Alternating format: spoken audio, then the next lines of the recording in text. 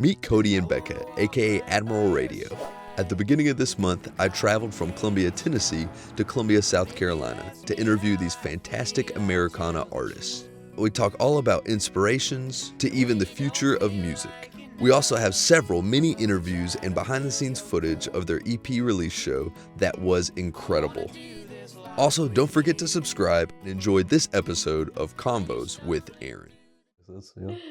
Well, Becca and Coty, thank you for being on. Thank you for inviting me into your home. It's exciting. And I also want to say congratulations on your new EP, Consider Me a Lighthouse. Yeah, thank you. Yeah. How'd you guys get started? I know that's a generic question, but I'm curious. Yeah, that's a good question. Yeah, that's a great one to start with for sure. Well, Becca and I met in 2014. We were living down in Charleston, South Carolina, and we were both working at the same restaurant there. Mm-hmm. It's called Fuel Cantina. And I guess we both kind of realized that we both loved music. And the first time we hung out, we just kind of sat around at the house that I was renting, and we're playing guitar and sang some like Dave Matthews songs. And it was totally casual. I mean, it was, again, music was like, oh, you play guitar? I play guitar. Cool. And that was kind of that. The story goes that I was calling him my coworker for some months, but we were really I thought on we the were path dating to already. dating. Yeah. I told all my friends I had a girlfriend, but she told her friends, oh, I'm going to go hang out with my coworker, And anywho, long story short, I feel that we were doing creative things together. We were really enjoying traveling. We'd really never traveled before. And so that was one thing that we did early in our just relationship together is, just kind of prioritizing that and seeing new things. And we both have a love for foreign languages. So kind of that, a lot of those kind of foundational commonalities that we had, and music was one of them.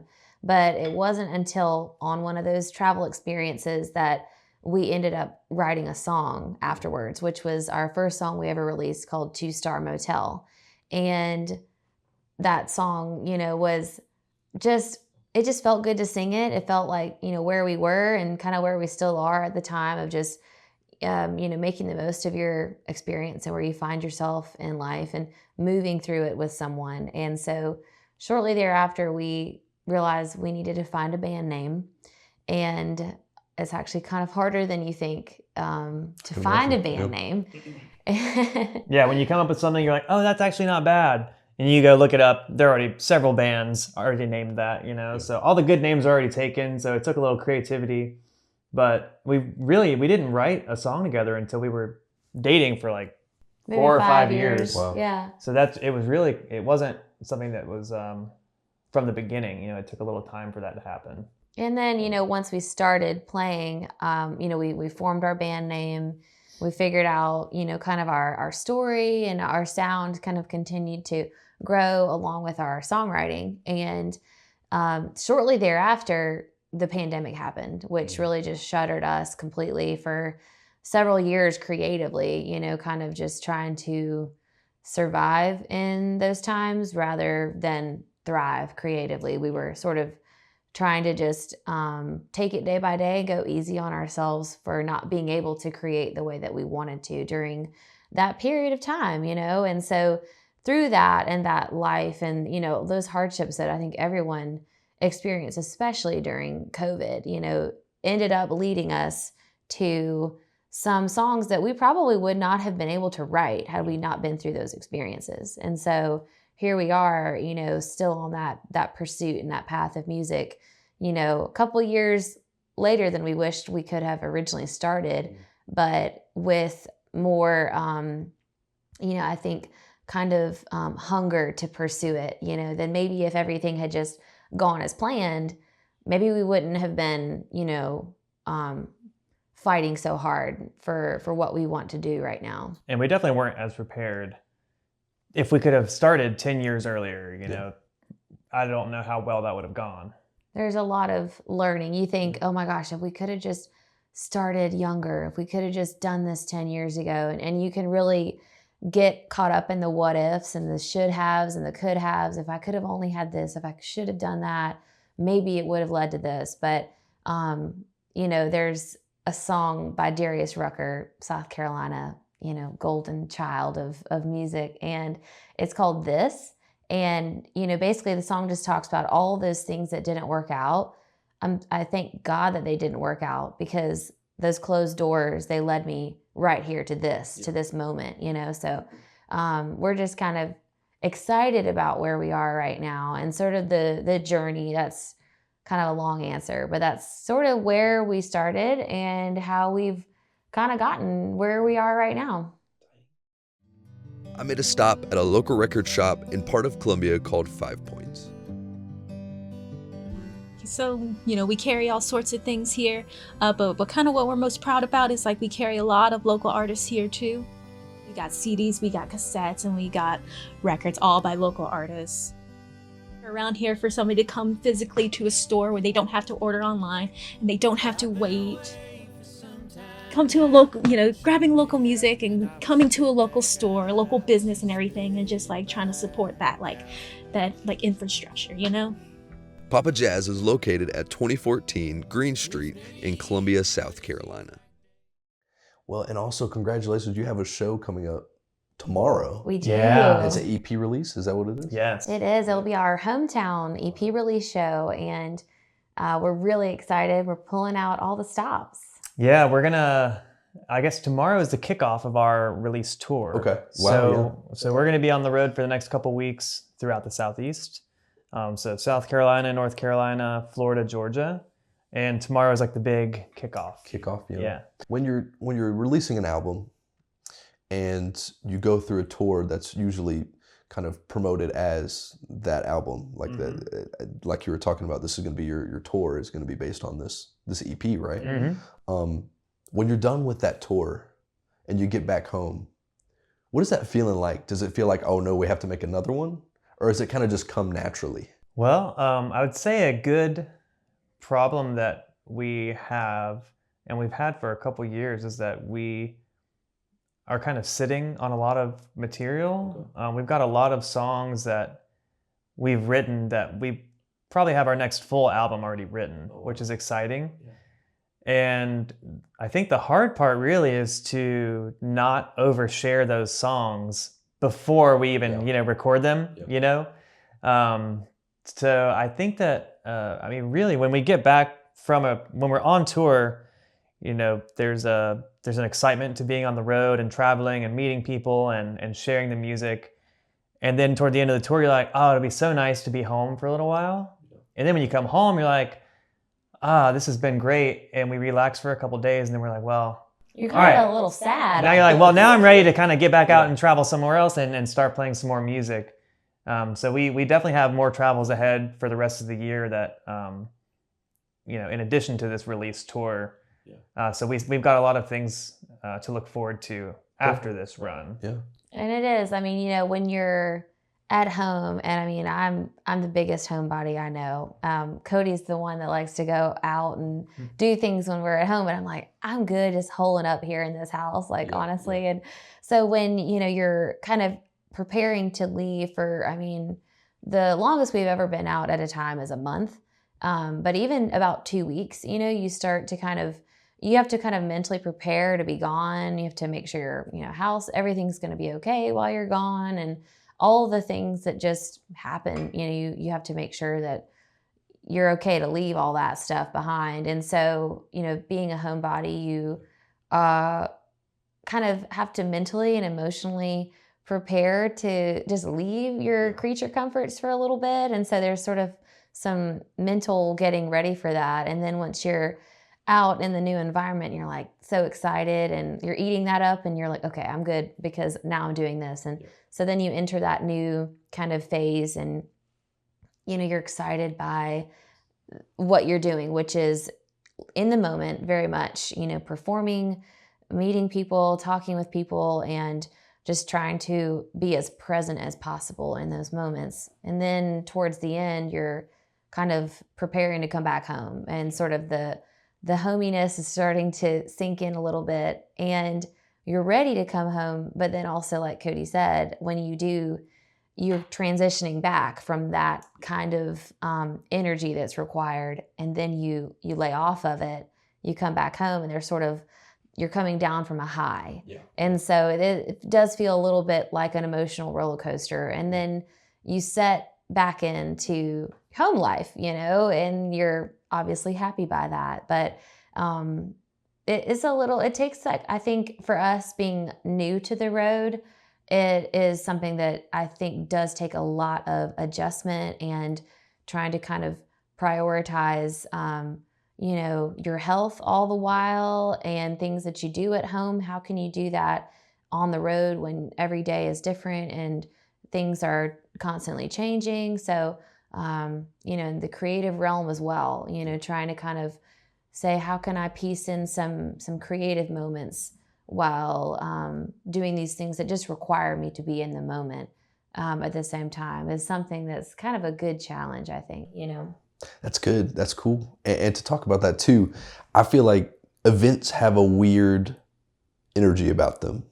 Weird in a good way, I think.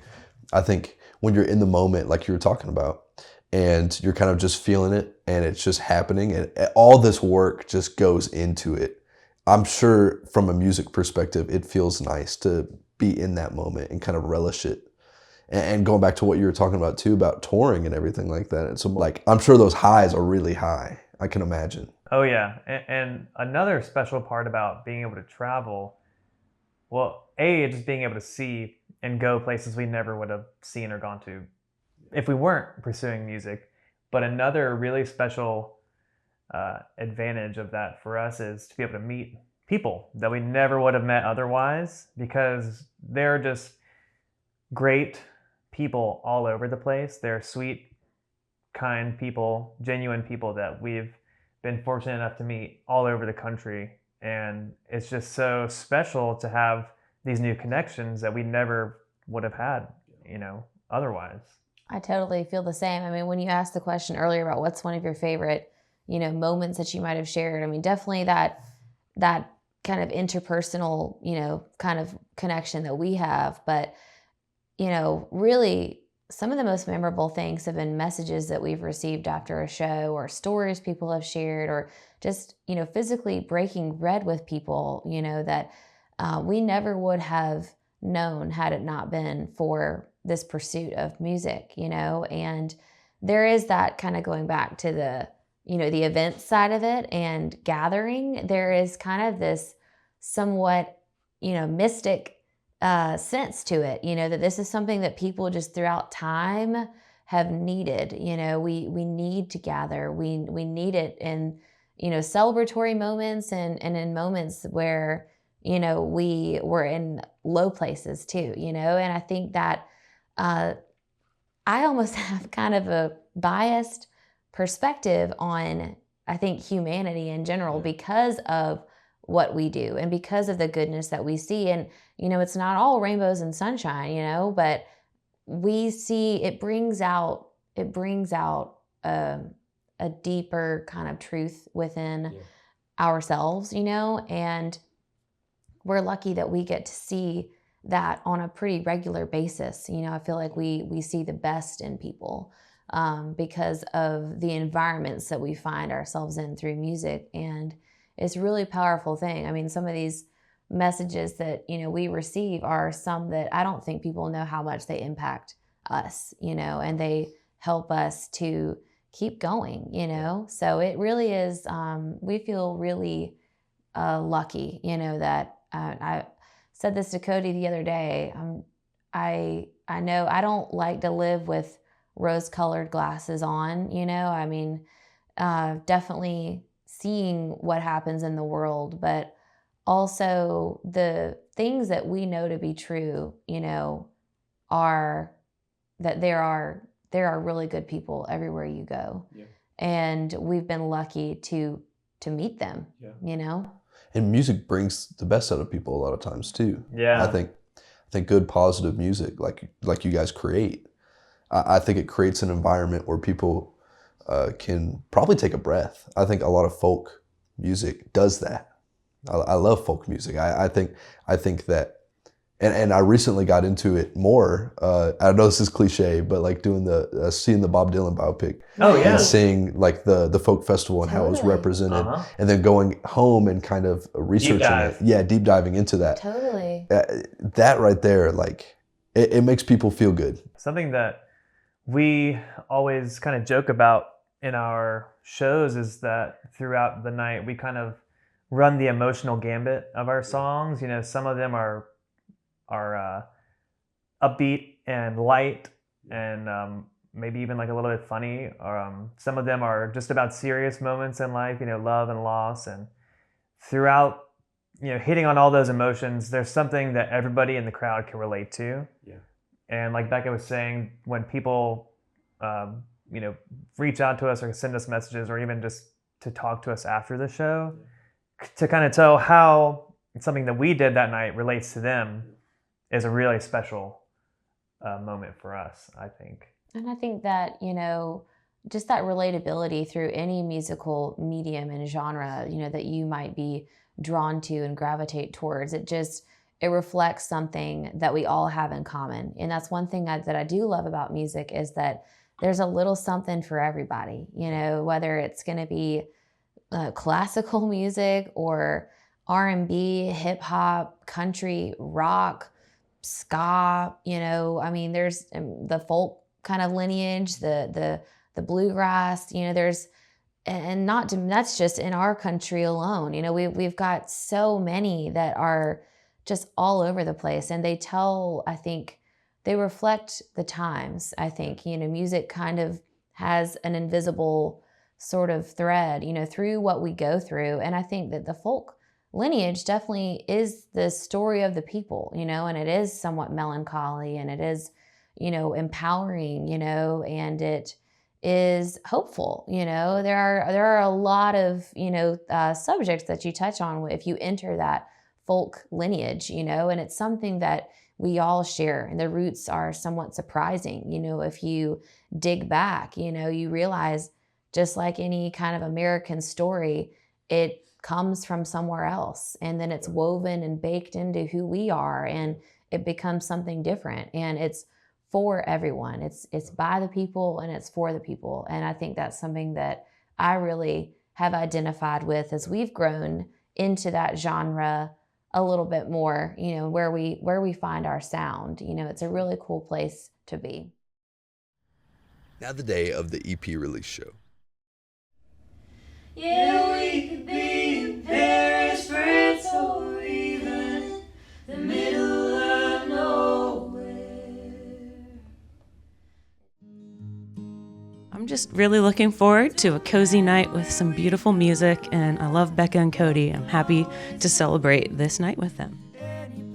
So I'm really excited for tonight just because it's going to be a good time, a lot of local people, but most importantly, I just want to state that Becca and Coty are just good people, not only good musicians. And so that's why I'm excited to be here tonight. Grateful to be up here in Columbia, South Carolina to celebrate Admiral Radio. Coty and Becca are dear friends of mine, and I'm excited to hear them, and just happy to be a part of the celebration. Well, I've had the honor and pleasure of working with Becca and Coty, aka Admiral Radio, for the past 6 years on various media projects around them and their music. And once again today. Now let's get back to the pod. Talking about digging in and kind of listening to influences, can you think of anything in your childhood or growing up that you can reference was a key cornerstone in your guys' musical journey? That's great. I mean, Well, it's pretty funny because Becca and I were really raised on different music. we Oh, wow. really, yeah. Wow. I was raised, I mean, my icons were, you know, Shania Twain, Okay. Jewel, Sheryl Crow, in terms of, you know, women in music, you know, and my mom was a huge REM fan, and my dad was a really early Beatles fan. Okay. And so that was kind of where I found myself, you know, throw in some Jim Croce, some Fleetwood Mac, and, you know, some James Taylor, Carole King, call it a day. That was kind of where I found myself. Great music, but not really what we what we sing today, though. Coty was totally opposite of me. Yeah, I was really raised on the 80s, like kind of like hair metal, but you know, Billy Idol and Duran Duran and Bon Jovi and that kind of vibe, which is very much not what we do at all. Well, yeah. But Hey, never say never. Yeah, you get that's that one album that's kind of random. yeah, There you That's all I'm go. saying. there's something, yeah, that's like probably stuck in the back of my brain that's going to come out eventually. We should totally, we're going to need to think on that. But I think as far as influences on what we make, I started playing guitar like late high school, Okay. and I really learned just by watching videos on MySpace. Yeah. There was this great series called MySpace Transmissions, and they just took an artist, had them play some songs live, and that was it. It was like kind of stripped down. So my favorite, and one of my all-time favorite artists, his name is Dallas Green, and his band, he goes by City and Color. Okay. So City and Color, I would watch him play his songs acoustic on MySpace, and I would just try to do what he was doing to kind of learn how to play his songs. And I did that for like Dave Matthews Band and John Mayer, and just kind of watching them and Iron and Wine and learning their songs really helped me form my own style of playing guitar. And I think those influences definitely that kind of I discovered on my own later are more of what comes out now. Yeah.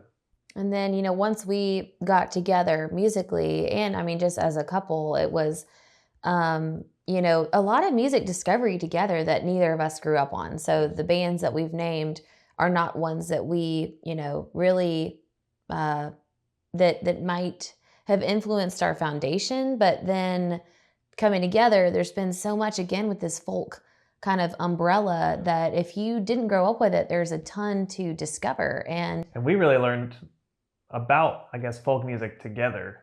we Wow. really did. That's Yeah. cool. This has been pretty recent of a discovery for us. I mean, I wouldn't have been able to tell you, and I'm not ashamed to admit, because I think a lot of people are probably in the same boat as me, is if you know, haven't known about it, you know, there's a lot to learn. And so not having grown up with someone like John Prine or Emmylou Harris or Townes Van Zandt, a lot of these names were just names that I never knew. I never listened to Bob Dylan until I was, you know, mostly through college. And so a lot of those, again, kind of foundational artists in this sort of realm, I really didn't know who they were. Same with the Carter family. You know, it was kind of that bedrock of this country roots lineage. You know, they were unknown to me. But now, you know, over time, and I think that I want our perspective and our angle and our entrance into that to be welcoming for other people to say, you can learn about this too, you know, and this doesn't have to be something that's kept and it's insulated within, you know, the tradition of it, you know. And I think that a group like the Avett Brothers does a fantastic job of welcoming other people and saying, hey, we didn't really necessarily, you know, grow up with a lot of this stuff either, but we're welcomed into the fold and you can be part of it too.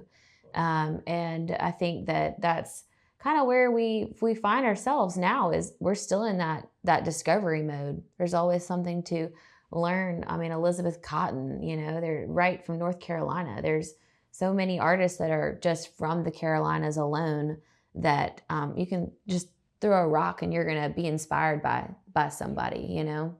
Yeah. I think too, we were talking about COVID and how a lot of people were forced to be inside. And I think there's something about folk music that once you come outside and you like listen to it together or with friends or something like that, it has a much more personal feeling, a much more, I think, warmer feeling than a lot of music does. Not that other music's bad, but I think coming out of that, maybe that's where that came from, was we would need something that feels a little bit more warm, a little bit more of a community-driven sort of sound. And I think folk, from what I've heard, and like I said, I'm limited knowledge, but from what I've heard and seen from folk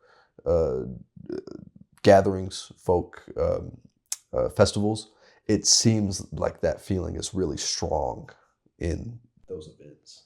It is. It's very natural. It's Yeah. very human driven. It's very kind of an ancient feeling, to be around a campfire and you're singing songs with people, and knowing that, gosh, this has been happening for 100, 200, 300, 400, thousands of years. We've been doing what we're doing right now, and there is something special and magnetic about that particular, expression of the folk lineage. I think that it does sort of stand that test of time and the humanization of the sound, even though we are also, we're entering an age where AI is proliferating. There's always going to be that forward motion, but then there's also that response, and sort of that, hey, I don't know how else to explain it other than some kind of a response. So maybe from, things like COVID, things like technological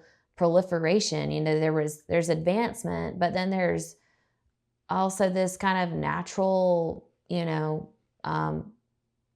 kind of conversation that's happening between that we can maybe find some inspiration and some peace in that it's not all, that these things are not being lost, even though time is marching on, and that technology is advancing. There is a need and there's a want. Yeah. There's a want for kind of that humanizing sound.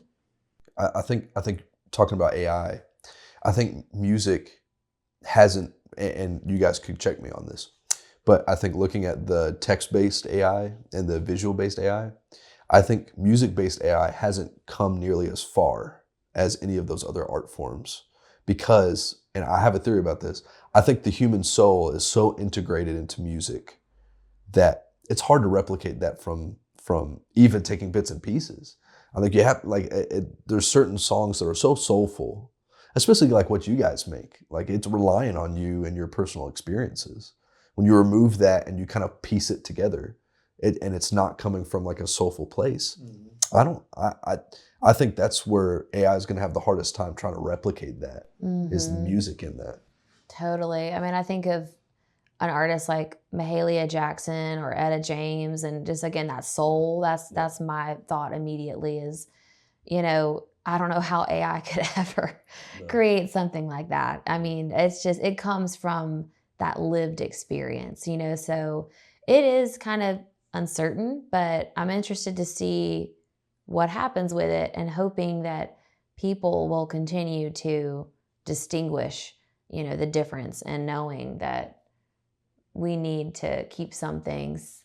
Yeah. I've definitely heard that AI is being used in like sync licensing. So that would be like getting your music placed on like TV, for example. Okay. Yeah. And that's kind of a scary thought that you could say, all right, here's the scene. It's a boy and a girl by a lake. It's romantic. Write a quick, slow, romantic song for this scene. And then it might spit something out. So then that takes the place of an artist that has a song that's probably perfect for that scene that could get paid for that. Sure. But instead, AI is taking over that. Free essentially. And you can let me just spit this out real quick instead of finding someone who actually made it, or people using AI to write songs for them, creating a whole song.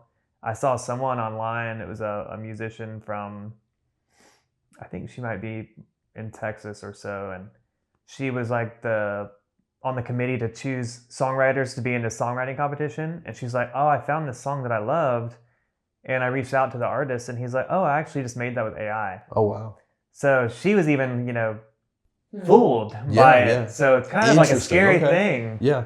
I do think that for me personally, because it does still feel like it's in its infancy in a lot of ways, it's going to be interesting. And I hope that, lawmakers and decision makers will prioritize the importance of maybe even in the future labeling things that are made or created with AI. Yeah. This artist is AI. This song was created with AI. You know, that way as a consumer, almost like a consumer warning, you know, so to speak, that especially when it comes to things like art, I think that people need to know, you know, because that is important. And like Coty said, I mean, these are real issues, you know, and they're, again, still so new that we don't know how things are going to pan out. But with, you know, intellectual property and, you know, just intellectual law and how, you know, new issues come along, and lawmakers and lawyers have to distinguish, you know, what is the correct course here for this, you know. And so I'm hopeful that with this integration, you know, we're going to be able to keep up with parameters that should be in place for it, you know. And again, something like labeling, hey, this song was made with AI, you know, that's something that consumers need to know. For sure. And I'll say, if you want to use AI to create a spreadsheet that would take you hours or days, do it for sure. A lot of people have found out how to use it as a great tool in that way of doing tedious tasks like that. Being a note taker, you know, Yep. things that really are for practical uses. Yeah, but I mean, something that AI will never do is it will never play you a live concert. That's a good point. Yeah, it's a really good point. So that's a kind of experience, like that's something that is comforting, you know. That experience will never be replaced by AI. Right before the show, I got a chance to meet Eddie Cabbage. My name is Eddie Cabbage. I'm an Asheville artist living out of actually Chimney Rock, North Carolina. I do, since 2013, poetry on demand with my typewriter. Over the years, I've traveled with bands all over the country. I work in the craft beer scene in Asheville, and basically meet people and ask them to give me a subject, any subject, and I type them a poem on the spot. So we did just that. Poetry on Demand by Eddie Cabbage. The words are lovely, honesty, family, convos. The celebration of the generational collaboration as inspirations evolve and become entangled in every aspect of life together. No matter the miles or the time zones that separate, as soft, sweet promises and meals prepped at the ready, for when the road makes a member of this tribe weary and hungry for a tabletop homemade gathering. And would you have any advice for people who are doing a similar thing to what you're doing? So they want this to be what they do for their life, for their career. Would you have any advice for somebody who feels like they're in the slums of, man, I'm just not getting any attention. I'm not getting the numbers that I need to live off of this. What would your advice be to the people like that? Well, something that I would say has worked for us, and it's advice that we try to give other people who are wanting to start out with music, is to look at the artists that you admire, the big artists, the smaller artists, the mid-size, you know, anyone that you admire, you love what they do, and they do a good job of not only their music, but of building a community around themselves. Look at what kind of content they're posting, look at where they're playing, and just try to take notes from them to incorporate that into your own practice, which is something that we still do all the time. We you know, any of those circles that you want to be involved in or that you respect or admire, see what are they doing, how could I learn from what they're doing, and incorporate that into what I'm doing. Right. Just being a student, you know, being a student and not being hard on yourself, you know, not, and I think that, you know, there's sort of that competitive nature can drive us and it can move us along and help inspire us. But when the comparison gets in the way, it does become that thief of joy, you know? So I think that working with your friends, finding others who are in creative community with you, collaborating with them, working with them, giving them your money and them giving their money to you, you know, working with each other and supporting each other, I think is something that is going to get you really far, you know, is showing up for other people and supporting what they do, because it's not all about what you or I or we are doing. It's everybody has these creative paths and pursuits, and everybody wants to be supported. So trying your best to, be a good steward of your community and just being a team player, I think is important to do, because people will want to support you if you genuinely support them. And I think if you are down in the dumps, just turn the page. It's scary to start with that blank page. And I had a professor in college, Jeanette Gwynn, who we would, she encouraged us to journal. And she said, turn over the first page. That's the step one, is just don't start with a blank page. If you're ever feeling low in your pursuit, go do something that's going to inspire you and lift you back up, whether it be grabbing a cup of coffee with another creative and checking in and seeing what they're up to, going to a concert, going to a free outdoor event, going to, a museum, an art gallery, something that, again, if it is in that creative realm, or really any realm, honestly, I think that you could do if you're in a low place, is just do something that's good for you. Do something that nourishes your soul and your spirit on an individual level, because that kind of stuff is sometimes the motivation we need. It's not always on us to try to solve our problems. Sometimes we just need to get out of our bubble and say, my problems are going to be there, and all the things on the to-do list are going to be there when I get back. So right now, I'm just going to do something for me that might just inspire you and help move the needle a little bit further than had you been trying to problem solve, in front of your whiteboard and figure out the data and the analytics and why things are going wrong. Instead of that, just go out and do something that you love to do. That's great. Thank you for that too. Thank you guys for your perspective on that, because that's something people need to hear a lot of times. I think reassurance is important to a creative's journey. Because I can attest to this. I feel like sometimes, I go through these spells where I'm like, I have to edit this, I have to do this. But I think what gets me through is hearing other people talk about those times too, and how they've been able to climb out of that. And it still never leaves. I think there's a part of it too. And I've been creating video and stuff for probably 5 years now at a semi-professional level. But to be able to constantly look back and see, all right, well, I got through that.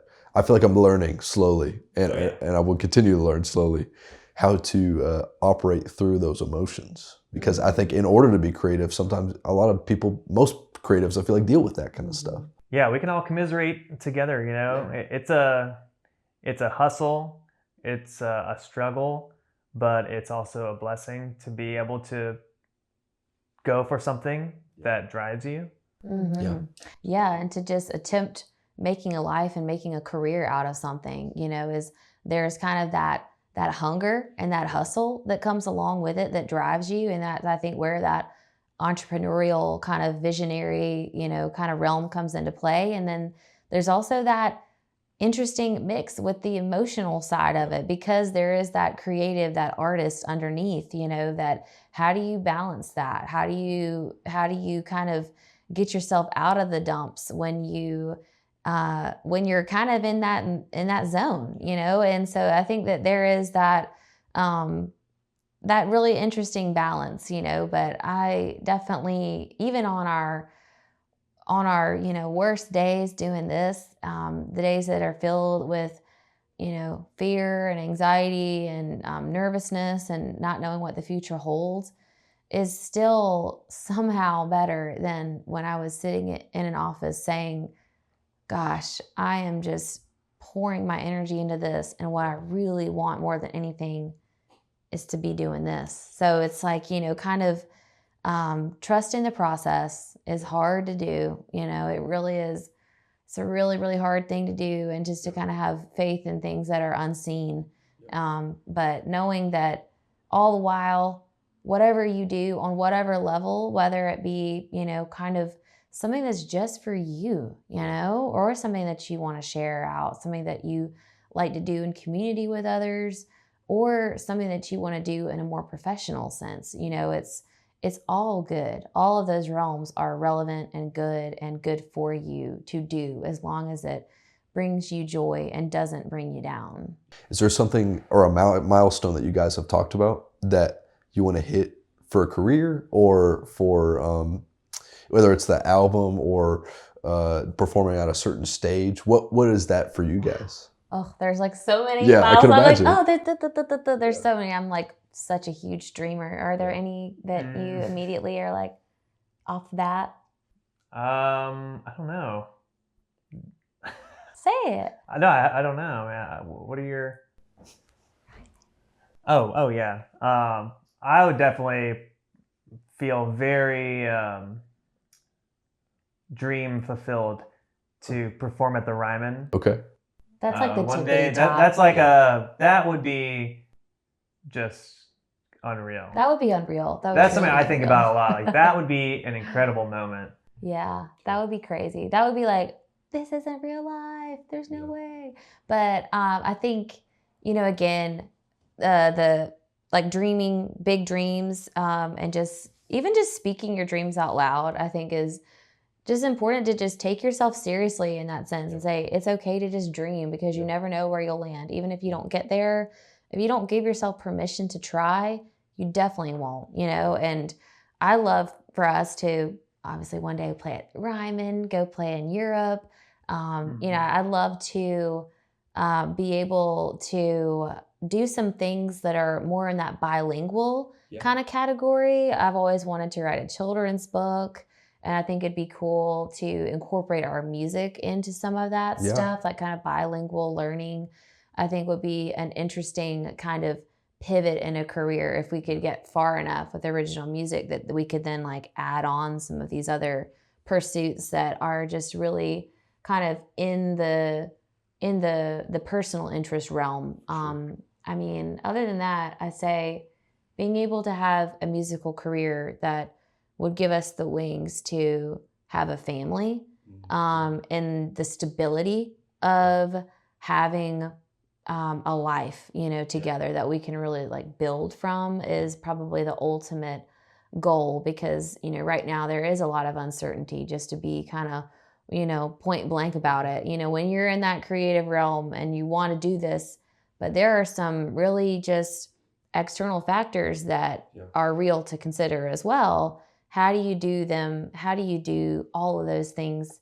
How do all your dreams come true? And so having all those things that, that we just named off, I think those are some pretty big dreams, but we, like Coty said, look up to a lot of artists that we see them doing it and they're at the tippity top, but, being inspired by those that are creating that musical path together and they're able to raise a family. That would be kind of the ultimate goal, I'd say. That's cool. And I appreciate your guys' answer to that because it's very cool and honest too. And talking about, like working towards that. And I think it goes back to what we were talking about too, of not maybe trying to focus on much as that initially, or like have a wider goal for yourself, but also enjoy the moments like tomorrow, like you guys are going to have, because that's what gets you to those points a lot of times too. Like for me, an episode is a piece in a larger puzzle that I want to create, but still, like I talked about, that episode releasing is still a fantastic feeling and it's fulfilling too. I think when I can think of like some really big ideas, my mom calls me Idea Factory because I constantly pop them out. I think that's another like creative thing. I think a lot of fellow creators like us, we have larger dreams because we can think of all these different ways of how our art can carry us to one way or the other. I have a dream of creating like an expo where future technology is kind of merged with creatives that may not be able to have the ability to afford that technology, and so they get a chance to play with it and go and shoot for a week. Wow. With like proper cinema cameras and stuff like that. I have ideas for that. So that being said, that's reassuring too to hear your guys' dream. Speak it out loud. Figure out how you can do it. But again, too, like you say, celebrating those little wins along the way. Because if you don't celebrate the little wins, that just sometimes it feels like the fire is almost gone. And if you just have one or two embers left, And I've definitely been in that mode where I'm like in a low place, and I was, really, really for a couple of years there, ready to just throw in the towel, and if those embers can just stay lit, and you celebrate the little wins that put the wind back in your sail and they kind of get you moving again, those little wins are the things that end up driving you in the end. It's not that big moment where you win and you're, of course, if we ever were to find ourselves at the Ryman, we'd be like blown away. But all those little moments that, just kept you going, that's really what it's all about, honestly, I wanted to capture how Becca and Coty felt right before the show. Tonight means more than I can put into words. If you see the activity going on behind me, you will maybe get a glimpse into how we're feeling right now. So many people from our hometown have embraced us with open arms, and we feel like we have a crew that we can truly, just stand together, and they rally for us and we rally for them. And we're excited to release some new music and just celebrate being together. So many hands came together to make this happen, and that's been our story from day one. It's been collaborative. It's been from the ground up, and I don't know, we couldn't be more grateful to have the community that we have. A lot of these songs on the EP that we're releasing tonight are years old. They are really from when we just started in 2019. A couple of them are from 2020, so kind of like COVID era songs. So to have them out in the world now, years later, and to have all these people here supporting us is incredible, and it's just a blessing. So we feel embraced and we feel blessed. Also, I wanted to speak to some of their friends. Becky, I'm so proud of you. I'm so lucky to be your best friend. Congratulations. Their newest album, Consider Me a Lighthouse. It's taken a lot of work, and I've been lucky to see them working through it and kind of being on their side while they go through everything. And it's just super exciting seeing how far they come. Hey, Becca and Coty, I'm so excited for y'all and for this EP release, and I am just so happy that I get to walk with y'all and be there to support you in all that you do, and I know y'all are going to do amazing. Love you.